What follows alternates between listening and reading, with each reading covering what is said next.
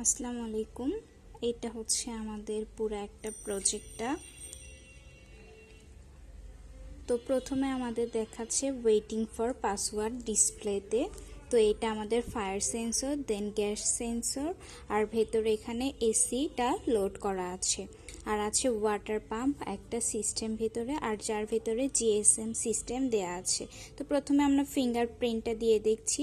যখন ফিঙ্গারপ্রিন্টটা দিচ্ছি তখন অটোমেটিক দরজাটা ওপেন হয়ে যাচ্ছে। এরপর আমরা পাসওয়ার্ড দিয়ে দেখছি। হ্যাঁ, যখন পাসওয়ার্ডটা ঠিক হচ্ছে তখন দরজাটা আবার খুলে যাচ্ছে এবং অটোমেটিক অফ হয়ে যাচ্ছে। দেন আমরা একটা রং পাসওয়ার্ড দিয়ে দেখব। এখানে লেখা উঠতেছে রং পাসওয়ার্ড এবং দরজাটা খুলতেছে না। ক্লিয়ার, এটা এখন আমরা ক্লিয়ার করে ফেললাম।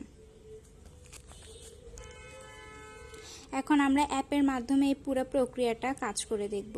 এই ব্লুটুথের মাধ্যমে আমরা এই অ্যাপটা কানেক্ট করে নিয়েছি এবং এটা ভয়েস কমান্ডের মাধ্যমে চলবে। এখন আমরা বলছি লাইট অন হয়েছে।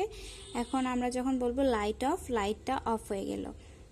এখন আমরা গ্যাস সেন্সরের কাজ দেখব। গ্যাস সেন্সরে কাজ করেছে, লেখা উঠেছে ডিটেক্টেড গ্যাস সেন্সর, এবং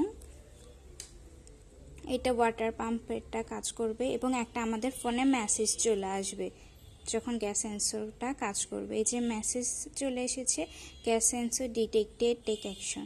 এখন আমরা ফায়ার সেন্সরের কাজটা দেখব।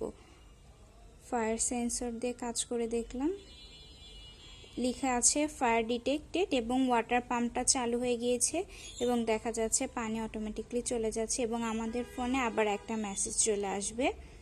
এই যে চলে এসেছে যে fire sensor detected, take action. তো এই হলো আমাদের পুরো প্রক্রিয়াটা প্রজেক্ট।